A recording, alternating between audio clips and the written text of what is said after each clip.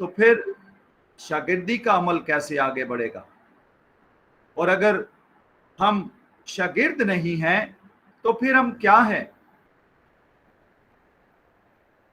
यहां पर इस शख्स के जरिए आज दो तरह की मुलाकात है,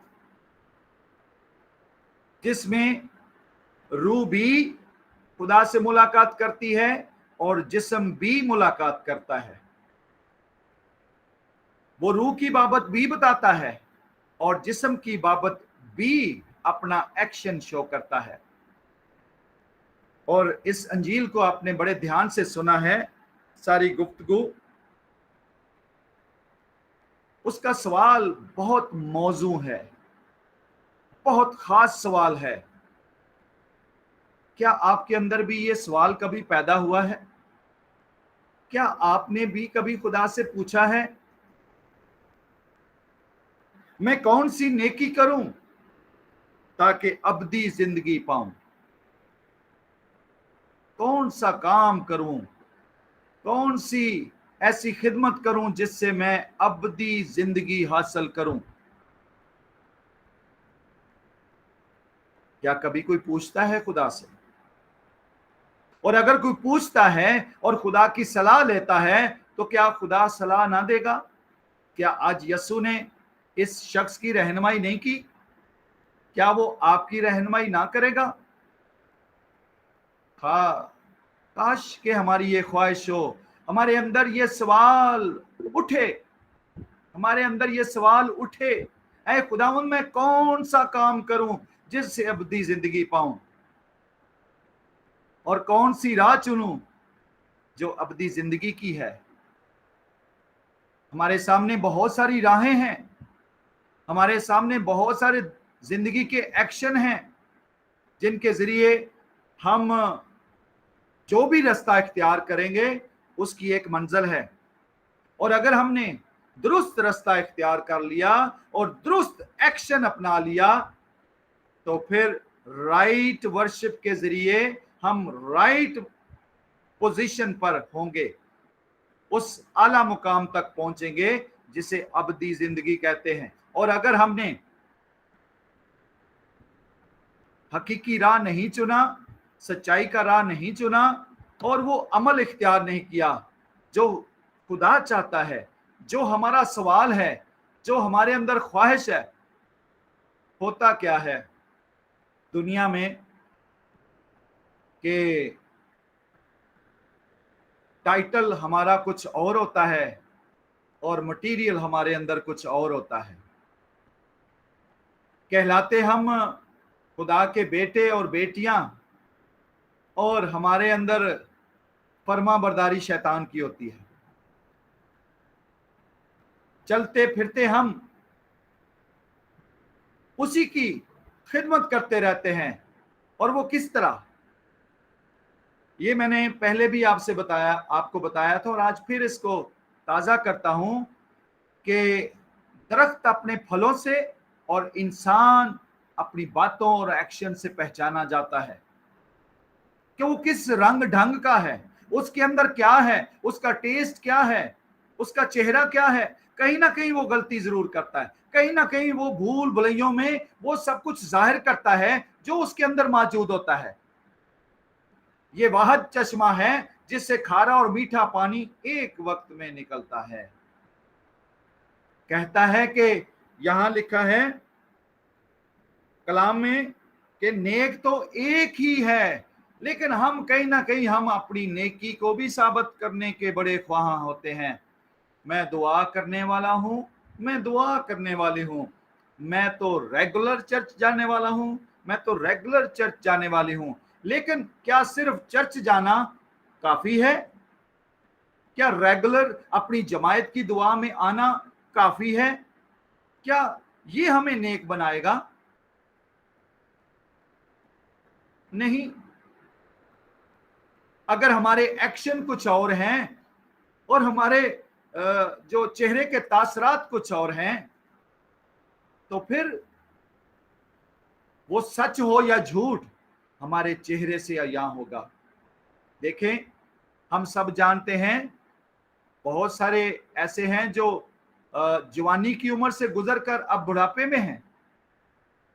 बहुत सारे ऐसे हैं जो स्वीट 18s 20s में से गुजरकर स्वीट 30s में है, 40s में है।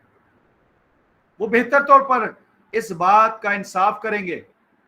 स्क्रीन सब ऑन रखें मेहरबानी से, शुक्रिया, आप सबका शुक्रिया।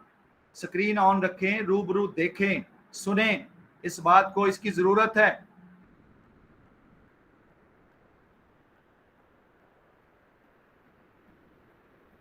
ये चीज कि हमारे अंदर टेस्ट क्या है, हमारे अंदर हमारा असली चेहरा क्या है, वो नजर आ जाता है, वो नजर आ जाता है।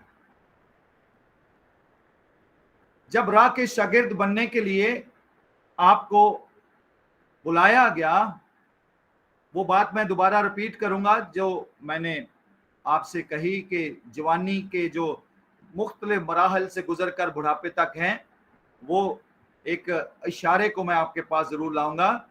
पहले राह के शागिर्द होने के लिए जब आपको बुलाया गया तो सबसे पहले दावत किसी ना किसी शख्स की तरफ से आपकी जिंदगी में आई और फिर आपको तरगीब दी गई, सिर्फ मेरे कहने पर मत इस जमात में आओ,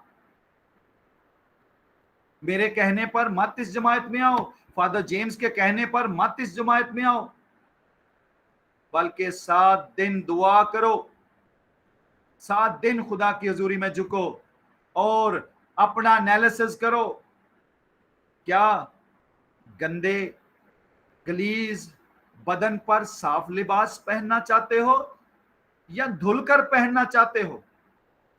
ये 7 दिन दुआ का जो सफर है, क्या ये कभी याद रखोगे कि मुझे परवेज साहब ने कहा था, मुझे फलां ने बुलाया था? मैं कहता हूं कि आपके अंदर ये फख्र हो, मुझे खुदा ने बुलाया है, मुझे बुलाने वाला खुदा है, कोई और नहीं। वो तो छोटा सा एक इशारा था कि खुदा मुझे बुलाता है, लेकिन मैंने हकीकतन में इन 7 दिनों में अपने गुनाह और बदी को पहचाना और तौबा की और अपने बदन रूह को पेश किया ताकि लायक तौर पर उसकी पाक मर्जी को जानूं और पूरा करूं। और हम सब ने इसी राह से गुजरकर खुदा को पहचाना।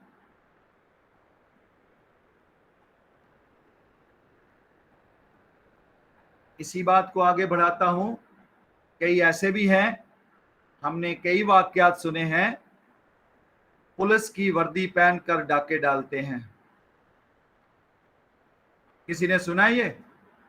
सिर्फ हाथ खड़ा करना है। होते कानून के रखवाले हैं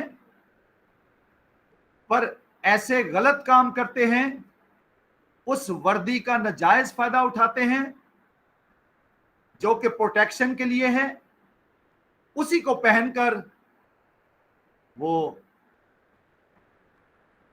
अंजाम देते हैं जिसके लिए वो मुकर्रर नहीं हुए। हमारे अंदर भी कुछ ऐसे ही चलते फिरते चेहरे हैं, जरूर पहचाने मैं कौन सा यूनिफॉर्म पहने हुए हूं और मेरे एक्शन क्या हैं। कहीं ऐसा तो नहीं कि मैं सच्चाई का पहनावा पहनकर बदी के काम सोच रहा हूं, मैं जिस्म की ख्वाहिशों से असीर होकर शैतान को मौका दे रहा हूं। याद रखें, 100 दिन चोर दा एक दिन साध दा भी आउंदा है। 100 दिन तुहाडे चोरी दे छुप जाणगे पर एक दिन सच्चाई दा भी आएगा। और जो सच्चाई जाहिर होएगी, नो टर्निंग बैक, फिर उतो तुसी ये नहीं कह सकते कि मैं नहीं कीता, फिर उत्थे तुसी डिनाई नहीं कर सकते, तुसी उन्हां राहां तो चल के उस गड़े दे दहाने ते पहुंच जांदे हो। तुहानूं भी पाकीज़गी दा लिबास इस वास्ते नहीं दिता कि तुसी अपनी जमायत च शामिल होके बदी नूं फरोग दिओ, तुसी दगाबाजी नूं फरोग दिओ, तुसी फरेबकारी नूं फरोग दिओ, ਤੁਸੀਂ ਆਪਣੀ ਅੱਖ ਵਿੱਚ ਮੈਲ ਲੈ ਕੇ ਆਓ, ਇੱਕ ਦੂਸਰੇ ਤੇ ਬੁਰੀ ਨਜ਼ਰ ਰੱਖੋ। ਇਸ ਜਮਾਇਤ ਵਿੱਚ ਬੇਟੇ ਤੇ ਬੇਟੀਆਂ ਨੇ, ਕਿਆ ਇਸ ਜਮਾਇਤ ਦੂਸਰਿਆਂ ਦੇ ਨਿਸ਼ਾਨੇ ਤੇ ਇਸ ਵਾਸਤੇ ਹੋਏ ਕਿ ਇਹਦੇ ਵਿੱਚ ਖੁਦਾ ਦੀ ਭਗਤੀ ਕਰਨੇ ਵਾਲੇ ਬੁਰੀ ਰਵਸ਼ ਵੀ ਰੱਖਦੇ ਨੇ, ਇਥੋਂ ਹੀ बुराई जन्म भी ले रही है? क्या ਇਹ ਸਾਡੀ रूहानियत होएगी? लिहाजा जिस तरह मैं तुहानू दस रहा सा कि हर दरख्त अपने फल तो अपने जायके तो पहचाना जाता है। ये किस किस्म का दरख्त है? देखो माल्टे कितने किस्म के ने, खट्टियां नू भी माल्टा ही आखते ने, की ख्याल है? पर उन्होंने कोई नहीं खांदा, शौक नाल ओदा कोई गाहक नहीं, पर वो भी माल्टा है। लीमू ठीक है, खटैस, लेकिन दूसरे इहदे नाल जुड़े शिकरी माल्टा, ओदी फर्क पहचान है। माल्टियां दी फैमिली है, लेकिन हर माल्टे दा जायका फर्क है। वो अपने टेस्ट तो दसेगा कि मैं खट्टियां या मिठा वां। देखो आजकल मिठियां का मौसम आया है, स्वीट लैमन लोग उन्होंने खाते हैं, लेकिन खट्टी कोई इंज निचोड़ के इंज कट के नहीं चूसता। शायद कोई टेस्ट वास्ते थोड़ा बहुत निचोड़ ले, लेकिन खट्टी घर च एडे शौक नाल टोकरे दे टोकरे नहीं लियांदी जांदी। जिस रवश की मैं गल कर रहा सा, जदों असी मैं भी अपनी गल करांगा, मैं इन्हां सब रवैया तो हो गुजरिया। जो लड़का नौजवान ते लड़की नौजवान होंदी है ते जिसम दियां रगबतां उहदे विच उछलदियां ते कूददियां ने। साडे अजकल जिहड़ा मुआशरा है मीडिया के जरिए ते बहुत ही ज़्यादा वीरानी है। इस कदर इहदी तरबियत दी जा रही है, मेरा जिसम मेरी मर्जी, मेरा जिसम मेरी मर्जी, मेरा जिसम मेरी मर्जी। और दिने दुआ करनी, राती जिसम की मर्जी। ठीक है, जदों किसी बेटे ते बेटी दे विच बुरी रवश आ जाएगी, वो जिसम की ख्वाहिश आ जाएगी, क्या ओदी चाल बदल नहीं जाती? क्या दा उठना बैठना बदल नहीं जाता? क्या ओदे अंदर वेखना, झांकना, छुपना, अपने आप नू ढकना आ नहीं जाता? क्या ओदे अंदर सब नू फेस करन दा एक झाका आ जाता है? क्या मैं ठीक कह रहा? हाथ चुक के दस सकते हो? लेकिन अगर किसी बेटी ते बेटी दा दिल पा के अगर ओदे विच शैतान बीज नहीं बो सकिया, उस बेटे ते बेटी ने शैतान दा इनकार किया है, वो सारियां च आजाद फिरेगा, सारियां च कबूल किया जाएगा, सारियां च नुमाया होएगा, क्योंकि ओदी पाकीज़गी चीख चीख के सारियां नू दसेगी, ये बहुत अच्छा बेटा है, ये बहुत अच्छी बेटी है। तुहानू इस जमायत से जो बुलाया गया, जिस तरह के अज ये शख्स पूछ रहा है कि मैं कौन सा ऐसा अमल करूं कि अबदी जिंदगी पाऊं, शुरू दिन तो तुहानू नेक अमाल दा दस्या गया। कदी किसी दी बेटे या बेटी दी ऐसी रहनुमाई नहीं की गई कि तेरे को दोवें लाइसेंस ने, तू पुलिस की वर्दी पा ते नाल डाके भी मार। क्या कदी इस फोरम तो किसी नू तालीम दी गई है? ते फिर जो ये तालीम नहीं दी गई, तो फिर साडे अंदर कड़वा बीज बोने वाला कौन है? ताई ते साडे अंदर एक ख्वाहिश नहीं पैदा होती कि कौन सा अमल करूं कि अपनी जिंदगी पाऊं, क्योंकि साडियां सोचां स्कैटर्ड ने, बिखर गई ने। खुदा तो साड़ी नज़र हट गई है। पिछले इतवार दा कलाम तुसा सुनिया सी, समुद्रों की मौजों पर चलता है वो, पानियों में रास्ता बनाता है वो, मैं हूं जो हूं खुदावंद खुदा, झील पर चलकर दिखाता है वो। और उसमें जो गीत था, मैं हूबहू फादर जी के कलाम को ही कोड करूंगा जो गीत की सूरत में आया, ठीक है।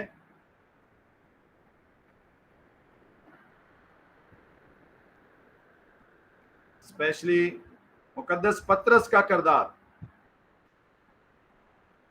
हम सबों के लिए मशले राह है। ओके,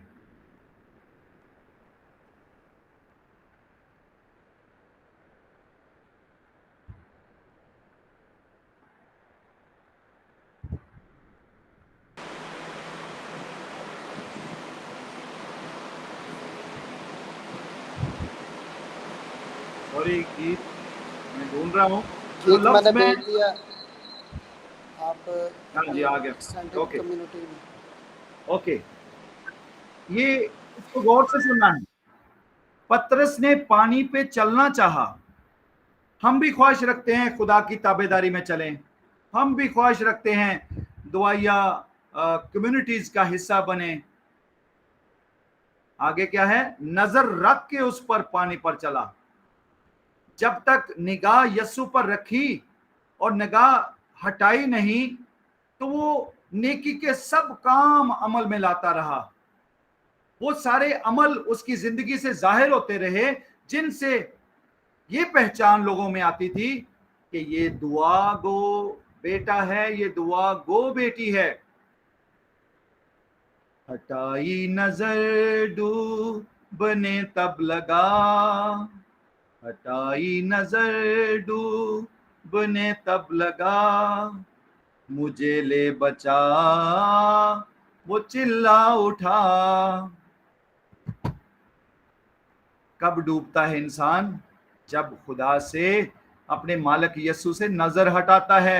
लालच करना भी आ जाता है, तब बदी करना भी आ जाता है, तब चोर चकारी करना भी आ जाता है, तब दोगलेपन भी आ जाते हैं। फिर हमारे अंदर ये ख्वाहिश नहीं रहती, फिर ख्वाहिश नहीं रहती है खुदावन, फिर ये सवाल नहीं रहता मैं कौन सा अमल करूं जैसे अब्दी जिंदगी पाऊं। फिर ये तूफान आता है, मैं कब अपनी जिस्म की ख्वाहिश को पूरा करूं, किस तरीके से चोरी करूं, किस तरीके से मैं दोनों लिबास पहनकर छुपा भी रहूं और अपनी बदी को भी जारी रखूं। अफसोस हम पर अगर हम दो दिले हैं, अफसोस अपनी खिदमत पर अगर हम ये रूहानी लिबास पहनकर दो तरह की जिंदगी रखते हैं। आज यहां लिखा है कि नेक सिर्फ एक ही है। हम कभी नेक नहीं हो सकते। हम नेकी की राह पर चलते चलते चलते चलते चलते जरूर उस मंजिल को पालेंगे, लेकिन नेक नहीं है। हम में खताएं हैं, हम में कमियां हैं, हम में कमजोरियां हैं, जिसका जिक्र आज किया गया है। यीशु से वो कहता है कि तू हुक्मों पर अमल कर। वो पूछता है कौन से हुक्म, कौन से हुक्म जिन पर मैं अमल करूं। दरअसल वो जानता था कि कौन से हुक्म, लेकिन फिर भी उसने ये जानबूझकर पूछा कि कौन से हुक्म। हो सकता है इसके पास कोई और हुक्म हो। ये भी जानता था कि शरीयत की वो बुनियाद पर बात कर रहा है, फिर भी उसने पूछा कौन से हुक्म। तो उसने कहा कि तू खून मत कर, जना मत कर, चोरी मत कर, झूठी गवाही ना दे। यहां मैं शामिल करूंगा बगानी औरत की ख्वाहिश ना कर, बगाने माल का लालच ना कर, जो तेरा नहीं है उस पर तेरी निगाह ना टिके, जो किसी और का है उस पर तेरी निगाह ना लगी रहे। याद करो, दाऊद नबी जब अपनी निगाह अपने घर से हटाता है और किसी और के घर पर डालता है, तो वहीं से चोरी का अमल शुरू होता है, वहीं से गुनाह का दाखला उसकी जिंदगी में होता है, वहीं से जनाकारी का अमल शुरू होता है, वहीं से बदकारी का अमल शुरू होता है, वहीं से खुदा से दूरी का अमल शुरू होता है। मैं कौन सा अमल करूं, मैं कौन सा अमल करूं कि अब्दी जिंदगी पाऊं।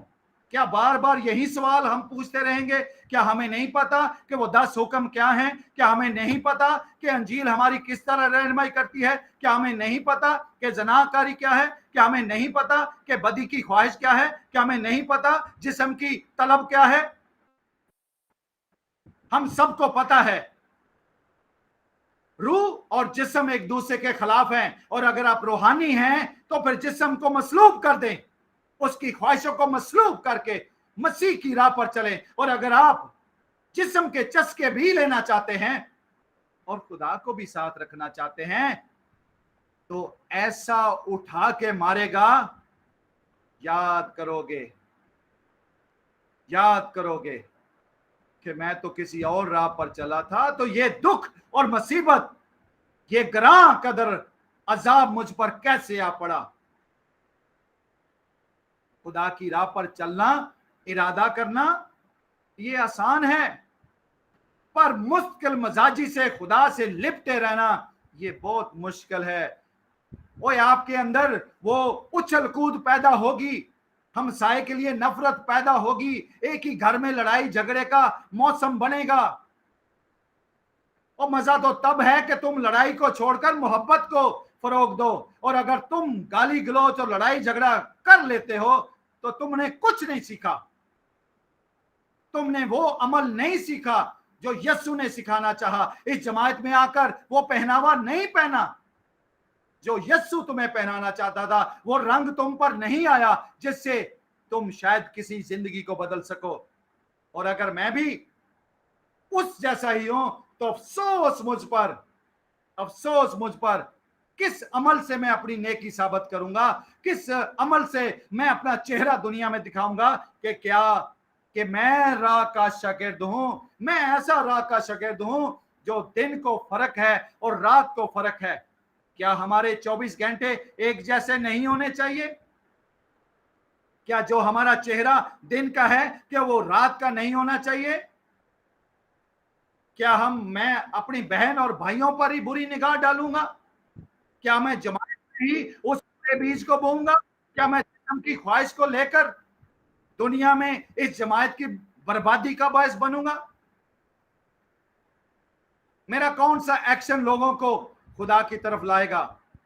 याद रखो, यीशु यरूशलेम की हालत पर रोया। अफसोस अगर वो मौजे, ये वाले मौजे जो यहां हुए हैं, सदूम और उमूरा में होते तो वो कब की तौबा करते। और जो मौजे हमारी जमात में हुए हैं, वो जलाल जो हमने 24 अप्रैल को देखा है, अफसोस हम पर अगर आज भी हमारे अमल वही हैं, हमारी गुफ्तगू में वो शरीनी नहीं है, अगर हमारे एक्शंस कलाम से हटकर हैं, और अगर हमारे जिस्म की ख्वाहिशें हम पर राज करती हैं, अफसोस उस दिन पर जब हमने खुदा से दगा किया। मैं कौन सा ऐसा अमल करूं कि अपनी जिंदगी पाऊं? देखो, इसको मामूली मत समझो। तुमने खुदा के साथ अहद किया है, तुमने खुदा के रूबरू अपनी आवाज बुलंद की है, तुमने खुदा से कहा है मैं तेरे हुजूर वफादारी करूंगा, मैं शैतान को तर्क करता हूं। क्या ये सिर्फ खाली ऐलान ही था या के ऐलाने जंग था? अगर सिर्फ ऐलान था तो ये ऐलान सियासी था, और अगर ऐलाने जंग था तो फिर कभी शरीर आपकी जिंदगी में राज ना करेगा। आप बड़े हैं या छोटे, शरीर हर एक की जिंदगी में ये बीज बोने के लिए टो में रहता है, कमजोरी का लम्हा ढूंढता है, शरारत करने के लिए। और यकीन जानो ऐसा पटका देता है कि तुम्हें समझ नहीं आएगी, क्योंकि जब तुम आस्ता आस्ता इन ख्वाहिशों के असीर होकर चट्टान से नीचे उतरते उतरते रेत पर अपने खेमे गाड़ देते हो, तो किसी वक्त भी गाड़े जाओगे, किसी वक्त भी उखाड़े जाओगे, किसी वक्त भी तूफान आएगा, बहा के ले जाएगा, और बर्बादी हौलनाक होगी।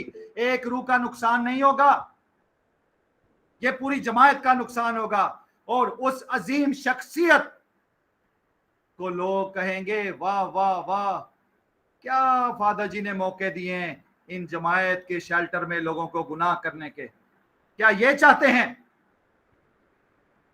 क्या अब भी हमें इस नौजवान की तरह पूछने की जरूरत है कि मैं कौन सा अमल करूं कि अब्दी जिंदगी पाऊं? क्या हम पर यह निजात का भेद क्लियर नहीं? क्या हमें पता नहीं किस राह पर चलना है? क्या हमें नहीं पता कि बुरी निगाह नहीं डालनी? क्या हमें नहीं पता गुनाह किसे कहते हैं? मैं चाहता हूं कि आप ये सवाल खुदा से किया करें, है खुदावंद, मैंने आज भी तेरे हुक्मों को माना है, आज भी तेरे हुजूर वफादारी की है, फिर भी मुझ पर रहम कर, मुझे बता कि किस जगह मेरी कमी रह गई, किस जगह मैं वो तेरी वफादारी नहीं कर सका, किस जगह मैं तेरे कलाम पर अमल नहीं कर सका। उस कमी के बारे में खुदा मुझ पर जाहिर कर। मेरी रूह बेचैन है ताकि मैं उस खाली जगह को भी तेरे कलाम की ताबेदारी से पूर्ण करूं। तो इस नौजवान की तरह खुदा आपको बताएगा कि तुझ में क्या कमी है, तुझ में क्या कमजोरी है। जिस तरह उसने नौजवान को कहा, मैं आपके सामने पढ़ता हूं वो आयत, अगर तू कामल होना चाहता है तो जा, यानी भेजा गया है, जा और अपना सब कुछ बेच डाल और गरीबों को दे, तो तुझे आसमान पर खजाना मिलेगा, फिर आकर मेरे पीछे हो ले। तो राकेश शागिर्द के लिए भी यही हुक्म है, जा यानी जाना, एक्शन, और कुछ करने के लिए खुदा हमें भेजता है। और वो क्या है? अपना माल बेच देना, अपने आप को भूल जाएं, अपने आप को खाली कर दें, अपनी ख्वाहिशों को मसलूब कर दें, निकल आए इस अंधेरे से बाहर, निकल आए जिस्म की ख्वाहिशों से बाहर, निकल आए अपनी नेक नामी से बाहर, निकल आए। अगर आप ये टाइटल समझते हैं कि मैं बहुत दुआगो हूं और मैं बहुत नेक हूं, गलत सोचते हैं आप। हम में से कोई नेक नहीं, नेक सिर्फ एक है, यस। हम सब उस नेकी की राह पर चलकर नेक हो जाएंगे जब उस मंजिल को पहुंचेंगे। अपना सब कुछ बेच देना है, अपने पास कुछ नहीं रखना। पौलुस रसूल कहता है कि मैंने अपनी सब ख्वाहिशों को मसलूब कर दिया है। हम ये नहीं कर रहे, हम अभी भी अपनी पहचान कायम रखे हुए हैं, मैं लड़का हूं और मैं लड़की हूं, मैं नौजवान हूं, मेरे अंदर बहुत सारे जज्बात हैं, मैं उनकी आवाज सुनता हूं और मैं उनका जवाब भी देता हूं। मैं उनको कैसे तर्क करूं? मनी, पावर, प्लेजर, ऑनर, ये सबसे बड़ा हथियार है शैतान का। चस्का, चस्का आपको उखाड़ फेंकेगा, घर से भी निकालेगा, जमायत से भी निकालेगा और उस अब्दी जिंदगी से भी निकालेगा। तौबा करो, तौबा करो, खुदा की बादशाही नजदीक आ गई है। दो दो चोगे पहनकर मत फिरो, इस वर्दी को पहनकर गुनाह की तरफ कदम मत बढ़ाओ, वरना इस नौजवान की तरह जब अपना आप खाली नहीं करोगे तो मायूस होकर चले जाओगे और उन लज्जतों से निजात नहीं मिलेगी, उन लज्जतों से अब्दी जिंदगी नहीं मिलेगी। अब हम सब जानते हैं कि इस नौजवान का जो सॉरी जिशान, मैं कलाम पूरा करूंगा आज, ठीक है? मुझे थोड़ा सा वक्त चाहिए। मुझे पता है कि 9:30 हो गए हैं, पर यहां पर इस नौजवान का एक्शन याद रखना है। वो चला गया है, यीशु से दूर चला गया है। क्या वो निजात पाएगा? क्या वो अब्दी जिंदगी हासिल करेगा जिसमें वो झंडा उठाकर फिर रहा है कि मैं खून भी नहीं करता, मैं जनाकारी भी नहीं करता, मैं फलां बुरा काम भी नहीं करता, मैं खुदा के हुक्मों पर 10 हुक्मों पर अमल करता हूं। और कौन सा ऐसा शख्स है जो पूरी शरीयत पर कामल ठहर सकता है? हो सकता है? क्या कोई ऐसा शख्स है? नहीं। शरीयत को सिवाय यीशु के कोई पूरा नहीं कर सकता, सिवाय यीशु के कोई पूरा नहीं कर सकता। 9 को पूरा करेगा, 10वें में गिर जाएगा, कहीं ना कहीं निगाह गुनाह करेगी, कहीं ना कहीं कोई ना कोई गलती जरूर होगी। 10 के 10 हुक्म पूरा नहीं कर सकता, क्योंकि उसके लिए इंसान इतनी बड़ी कुर्बानी दे नहीं सकता, अपने अंदर को मुकम्मल तौर पर खाली कर नहीं सकता। इसी तरह इस नौजवान ने किया। मैं चाहता हूं कि आप सब आज के कलाम पर गौर करें। आपका रवैया इस नौजवान जैसा ना हो। अगर आप यीशु के पास आ गए हैं, इस राह के शागिर्द के तौर पर उससे मिल गए हैं, तो फिर उससे जुदा नहीं होना और फिर वो करना है जो यीशु कहता है। ये सोचकर कि मेरा मतलब तो ये है कि मैं जिस्म की ख्वाहिश को भी चाहूं और किसी को पता भी ना चले, और गुनाह करता भी जाऊं और गुनाह का किसी को पता भी ना चले। मैंने बहुत सारी जगहों पर यह मिसाल दी है और आज यहां पर भी दे रहा हूं।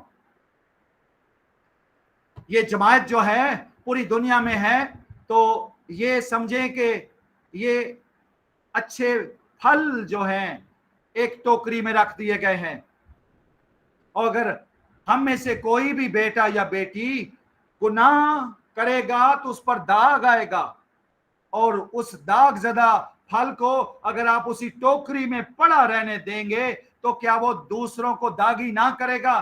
क्या दूसरों के लिए ठोकर का बायस ना बनेगा? बनेगा कि नहीं बनेगा? बनेगा, पक्की बात है। और रखा तो एक दागी। पता है दुकानदार कैसे फल बेचते हैं? चमकदार हिस्सा लिशका के बिल्कुल सामने रखते हैं, गाहक की नजर उसकी चमक पर जाती है, और इस तरीके से रखा होता है कि उसका दाग छुपा होता है, और इंसान सबसे पहले ऊपर पड़े हुए उस पीस को उठाता है और ऐसे ही उठाकर अपने लिए तकड़ी में रख देता है। ये उसे घर में जाकर पता चलता है कि मैंने क्या खरीदा है। और अगर कुछ दिन उस फल को आप ना खाएं और एक ही जगह पर वो फल पड़ा रहे, तो क्या वो दाग दूसरों को दाग मुंतकिल ना करेगा? करेगा। दूसरों का क्या कसूर है? दूसरों का क्या कसूर है? उन्होंने तो कोई गुनाह नहीं किया, उन्होंने तो कोई गलती नहीं की, उनके अंदर तो कोई दाग नहीं था। क्यों मेरा दाग दूसरों के लिए दुख और दाग का बायस बन गया है? क्यों मेरा ऐसा रवैया इस जमायत के लिए दाग का बायस बन गया है? क्यों मेरा ऐसा रवैया बर्बादी का बायस बन गया है? क्या मैं इसलिए इस टोकरी में रखा गया था कि दूसरों को दागी करूं? नहीं, खुद को भी पाक करना है और औरों को भी पाकीज़गी में लाना है। हम सब राह के शागिर्द रोल मॉडल हैं। लड़का हो या लड़की हो, बेटा हो या बेटी हो, भाई हो या बहन हो, हमारे अंदर यही रिश्ते हैं, भाई और बहन, माँ और बेटी, बाप। इसके अलावा हमारी जमायत में कोई और रिश्ता नहीं है। अगर कोई ऐसी बुरी निगाह रखता है, ऐसी बुरी सोच रखता है, तो आज ही जमायत को छोड़कर चला जाए। इस जमायत में जब भी दाग नजर आएगा तो वो दागी फल निकाल दिया जाएगा। मेरी दुआ है कि यहां कोई ऐसा फल ना हो जो दूसरों के लिए ठोकर का बायस बने। यहां इस नौजवान ने खुदावंद को तर्क कर दिया है। इसके बाद खुदावंद क्या कहता है? मैं तुमसे सच कहता हूं कि दौलतमंद का आसमान की बादशाही में दाखिल होना दुश्वार है। ये कौन सी दौलत है? किस दौलत की बात करता है खुदावंद? ये वो दुनिया की दौलत है जिस पर हमें मान है, वो हमारी जवानी है, वो हमारी बदन की ख्वाहिशें हैं, वो हमारे पास रुपया पैसा है, वो हमारे पास स्टेटस है। सिर्फ दौलत की बात, सिर्फ रुपए पैसे की बात नहीं है। मत धोखा खाएं, ये जवानी का जोर भी है, ये हमारे अंदर वो बुरी ख्वाहिशों का जोर भी है, ये भी दौलत है। कैसे? देखो, आपके पास एक एनर्जी है जिससे आप अच्छे काम के लिए भी खर्च कर सकते हैं और बुरे काम के लिए भी खर्च कर सकते हैं। दौलत हुई ना, अगर आपकी जेब में रुपए पैसे हैं तो जो मर्जी खरीद सकते हो, पर क्या खरीदते हो इस दौलत से और इस ताकत से? इस ताकत से कौन सा अमल करते हो? कौन सा अमल करते हो? क्या वो भलाई का है? क्या वो नेकी का है? क्या वो पाकीज़गी का है? या इस ताकत को बुरे कामों के लिए खर्च करते हो? लालच के लिए, हिर्स के लिए, हवस के लिए, बदी के लिए, शरारत के लिए? तो फिर याद रखो, मेरा मालिक कहता है, ऐसा शख्स, सवाल पहले वाला याद रखना है कि मैं कौन सा ऐसा अमल करूं जिससे अब्दी जिंदगी में दाखिल हूं। तो लिखा है, ऐसा वो शख्स, ऐसा दौलतमंद जो अपनी दौलत का जो तसरफ है तो वो बुरे तौर पर करता है, वो हरगिज खुदा की बादशाही में दाखिल ना होगा। अपने आप पर ये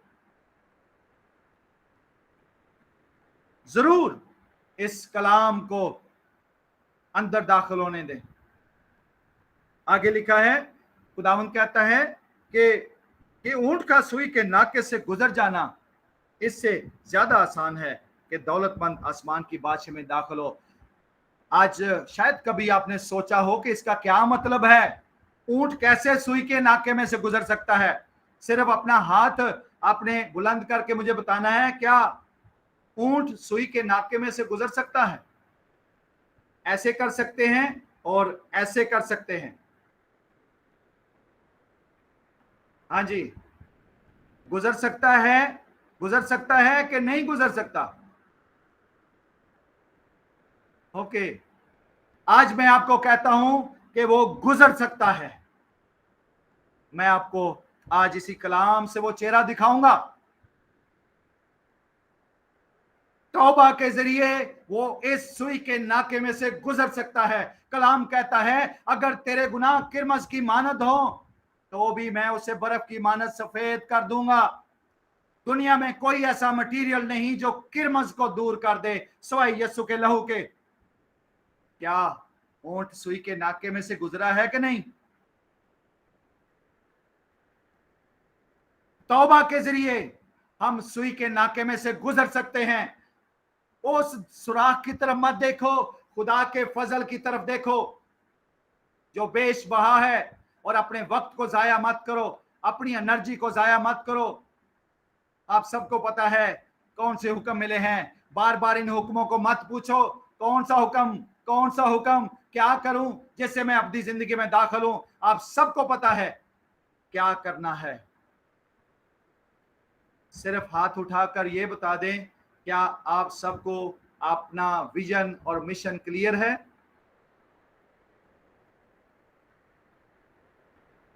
कि आपने क्या करना है, कहां जाना है, कौन सी रवश अपनानी है, कौन सा तरीका अपनाना है? शाबाश, मुझे बड़ी खुशी है। मुझे नहीं पता था कि आज ये कलाम की खिदमत खुदा मुझसे लेगा, लेकिन ये अभी का कलाम है, अभी का कलाम है। मैंने सुबह इसे सुना था, अभी आपके सामने दोबारा पढ़ा है। खुदा का रूह चाहता था कि आज मेरे ही जरिए ये हुक्म आप तक पहुंचे, ये कलाम और रोशनी आप तक पहुंचे। मजबूत हो जाओ, मजबूत हो जाओ। हर खित्ते को पाक करना है, सबसे पहले अपनी जिंदगी को। और अगर हम यहां फेल हैं तो पूरी दुनिया में फेल हैं, और अगर हम यहां फाते नहीं तो किसी जगह फाते नहीं। आमीन। सबसे पहले फतह का झंडा अपनी जिंदगी में बुलंद करना है। ऐ शैतान तेरी फतह कहां रही, देख मैंने सब कुछ उखाड़ कर फेंक दिया है, मैंने अपनी तमाम रगबतों को मसलूब कर दिया है। किस चीज से तू मुझे मगलूब करेगा? क्या ऑनर से, क्या पावर से, क्या प्लेजर से? किस चीज से मगलूब करेगा? मैं इनको हेट जानता हूं। यकीन जानो आप मुकद्दस पतरस की तरह पानी पर चलेंगे, और पानी पर चलना बहुत मामूली बात है। अगर कोई इतनी गैर मामूली होती तो यीशु पतरस को ना कहता। वफादारी से सब कुछ हो सकता है। खुदावंद खुद कहता है कि तुम मुझसे भी बड़े बड़े काम करोगे। आओ एक दूसरे को मजबूत करो, आओ अपनी जमायत को मजबूत करो, आओ एक बड़ी जमायत को मजबूत करो। जिस इलाके, जिस शहर, जिस गली मोहल्ले में भी हो, अपना चेहरा वाजे रखो। अगर गुनाह हो जाए तो गुनाहों की मुआफी मिलती है, और अगर आप गुनाह में ही चलते फिरते हैं तो अफसोस आप पर। गिर जाना कोई बड़ी बात नहीं, पर यीशु मसीह में उठ खड़े होना और उसी राह पर चलना, यह बड़ी बात है। इसलिए आज का कलाम आपको दावत देता है, आओ आओ आओ। और एक ही जुमला है, यीशु का कलाम सिर्फ आपको सुना देता हूं, इसके बाद खत्म करता हूं।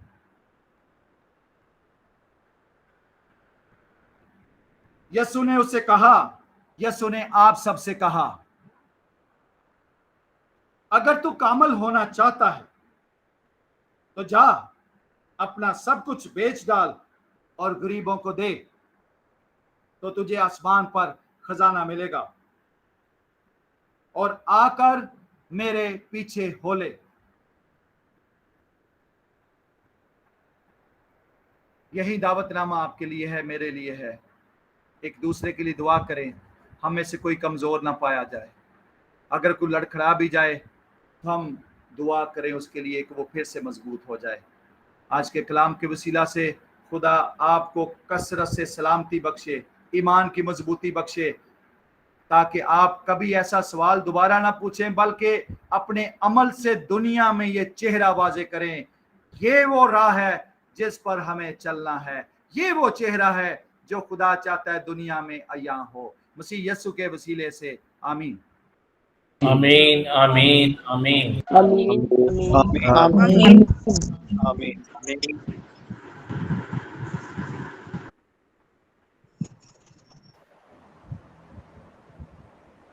आमीन आमीन आमीन। जी।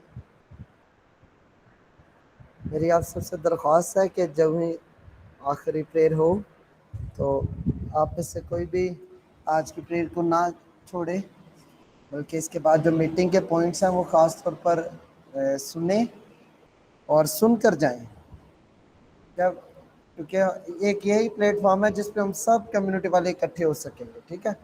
तो इसलिए जो इबादत के बाद ऐलान आते हैं वो भी इस इबादत का हिस्सा है, वो हमारे प्लान्स का हिस्सा है। इसलिए आप सब ने वो ऐलानात सुनने। अभी प्रवेश साहब हम सब के लिए बरकत मांगेंगे, ख़ास तौर पर हमारे जो मिशनरी विजिट्स हैं शावर के और लाहौर के, उनके लिए हम सब मुत्फिक होकर खुदा के हुज़ूर दुआ करेंगे। आए हम सब मेरे साथ मुत्तफिक हो। ऐ मालिक खुदा, मैं तेरा शुक्र करता हूँ, हम करता हूँ, सताइश करता हूँ, तेरे नाम को मुबारक कहता हूँ। इस वक्त ये जमायत तेरे हुजूर अपने आप को झुकाती और पस्त करती है, और खुदा